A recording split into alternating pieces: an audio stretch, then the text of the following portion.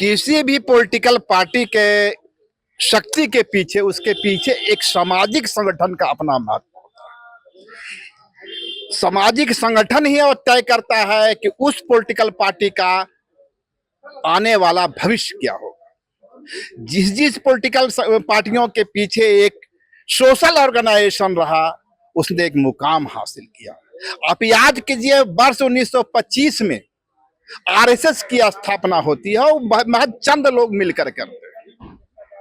लेकिन 1925 से 2025 आते आते आपने यह भी देखा कि उसी आरएसएस की विचारधारा से निकले हुए लोग केंद्र की सत्ता पे सत्तारूढ़ हुए। और जिसे कभी हाशिए की पार्टी माना जाता था, दो लोगों की पार्टी माना जाता था, उसने केंद्र में पूर्ण बहुमत से राज का एक नहीं 3-3 बार किया। मैं ऐसा क्यों कह रहा हूं?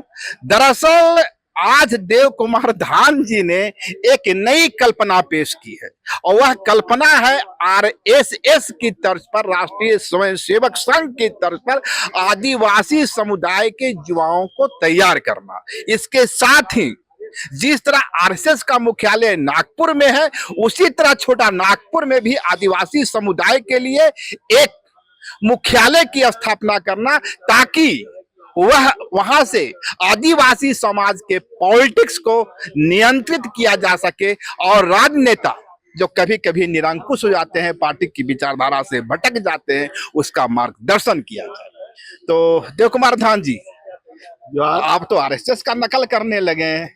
देखिए, आज हमको ये महसूस निश्चित रूप से बहुत दिनों से हो रहा है कि समय बदल रहा है। जब आदिवासी समाज आज से 100, 200, 500 साल जाएंगे तो वो सिंगल केवल आदिवासी ही आदिवासी थे, लेकिन आज उनके इर्द गिर्द बहुत तरह के समाज के लोग आ गए हैं। तो अब हमारा आदिवासियत पर ही खतरा मंडरा रहा है। तो इसलिए हमको भी यह महसूस हो रहा है कि आदिवासी समाज में हमको भी फुल टाइमर कार्यकर्ता पैदा करना पड़ेगा। आरएसएस की तर्ज पर फुल टाइमर कार्यकर्ता, आरएसएस कहे या ईसाई कहे सिस्टर फादर की तर्ज पर, या मुसलमान कहे आपको मौलवी मौलाना की तर्ज पर, हमको भी कार्यकर्ता, उसको जो भी हम लोग नाम दें, आदिवासी स्वयंसेवक अभी हम लोग नाम तय किए हैं, तो वो हम लोग जो है सोच रहे हैं। उसका एक मुख्यालय होगा, उनके रहने खाने घूमने और सारे चीज प्रशिक्षण की सारी व्यवस्था होगी। इस तरह की हमारी कल्पना है। और हम लोग गांव-गांव में आदिवासी सेना तैयार करेंगे। आदिवासी सेना, हाँ, आदिवासियत की रक्षा के लिए, जो हमारी जमीन लूटेगी, हमारा धर्म लूटेगा, हमारा जो है खनिज लूटेगा और हमारे संस्कृति लूटेगा, उससे मुकाबला करने के लिए प्रत्येक गांव में युवाओं का जो है हम लोग टीम बनाएंगे। इस तरह का हमारी जो है परिकल्पना है। पर सवाल तो वही है ना, आर्थिक शक्ति। आरएसएस यदि सफल हो गई तो उसके पीछे एक इकोनॉमिकल शक्ति था क्या? जिन वर्गों का वो प्रतिनिधित्व करता था उनके पास इकोनॉमिक की पावर थी। आदिवासी समुदाय के पास ये आर्थिक संसाधन कहां से आए? देखिए, हमारा समुदाय बहुत जो है दयालु है और वे बहुत ही मूल मुद्दे पर काफी समर्थन देता है। क्योंकि आज आदिवासी समुदाय ठगा हुआ महसूस कर रहा है। जिस दिन वो विश्वास कर लेगा कि ये संगठन ईमानदारी से काम कर रहा है, जैसे हम लोगों का पूर्वज, चाहे वो तिलका माझी हो या हमारे वीर बुद्धू भगत हो, पोटो हो नीलंबर पीतंबर हो, सिद्धू कान्हू हो, इन्होंने कभी भी कोई समझौता नहीं है। उन्होंने कुर्बानी दिया लेकिन कोई चीज से समझौता नहीं किया।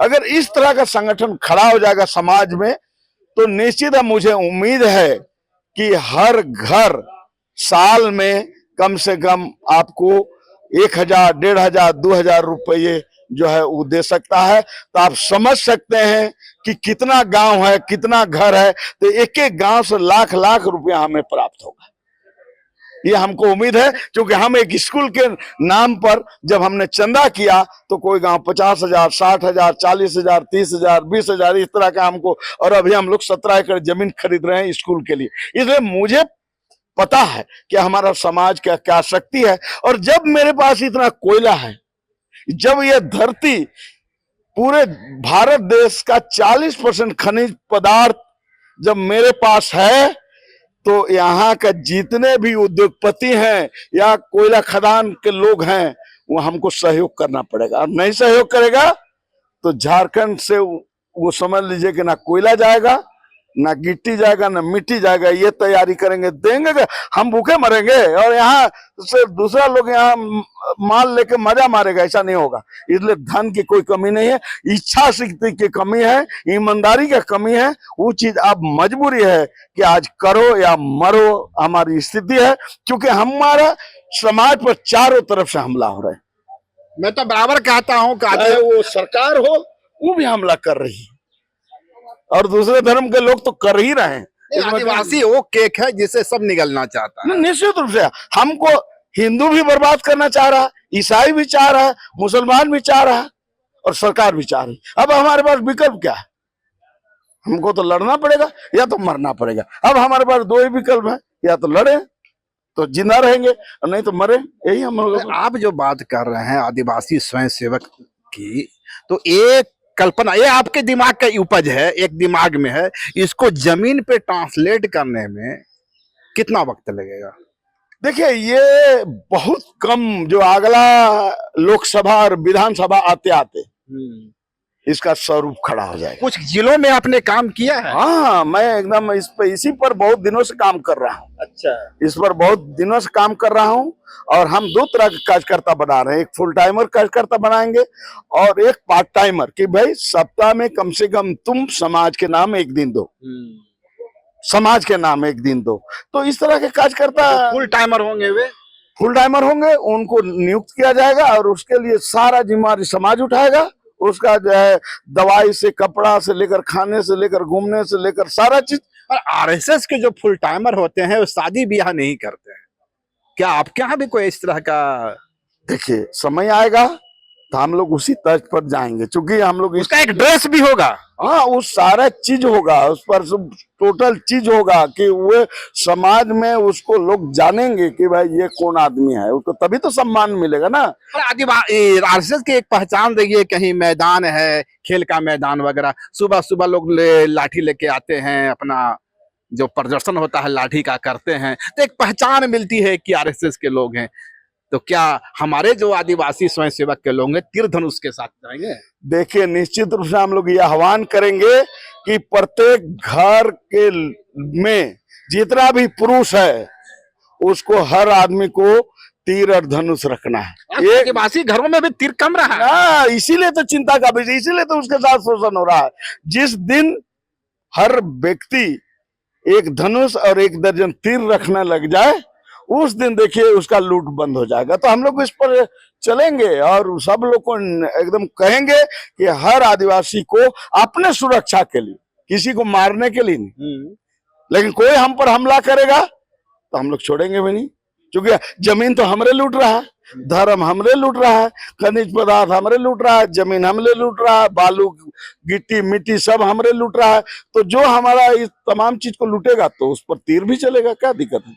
तो ये थे हमारे साथ देव कुमार धान जी, जिनका मानना है कि आने वाले दिनों में आरएसएस की तर्ज पर, राष्ट्रीय स्वयंसेवक संघ की तर्ज पर आदिवासी समुदाय के युवकों को तैयार किया जाएगा और ये युवक फुल टाइमर होंगे, हाफ टाइमर भी होंगे। और इसके साथ ही जिस तरह नागपुर में आरएसएस का मुख्यालय है, सुबह झारखंड में भी आदिवासी समुदाय का एक मुख्यालय होगा और उसकी कोशिश होगी, उसका काम होगा कि आदिवासी समुदाय में पॉलिटिकल, सोशल और कल्चरल कॉन्शसनेस को पैदा करना, शिक्षा भी, हाँ, शिक्षा भी, आर्थिक विकास भी, आर्थिक विकास, एक विकास के तमाम मॉडल होंगे वहाँ। और आदिवासी का अपना मॉडल होगा, आदिवासी समाज। अब देखना है कि देव कुमार धान जी की जो संकल्पना है, जो परिकल्पना है, वो कब और कैसे जमीन पर उतरता है। अगर खबर पसंद आए तो आप QR स्कैन कर दें हमारा साथ। आपका एक छोटा आर्थिक सहयोग है हमारा बड़ा हौसला। द भारत मित्र, बुलंद भारत की बुलंद तस्वीर।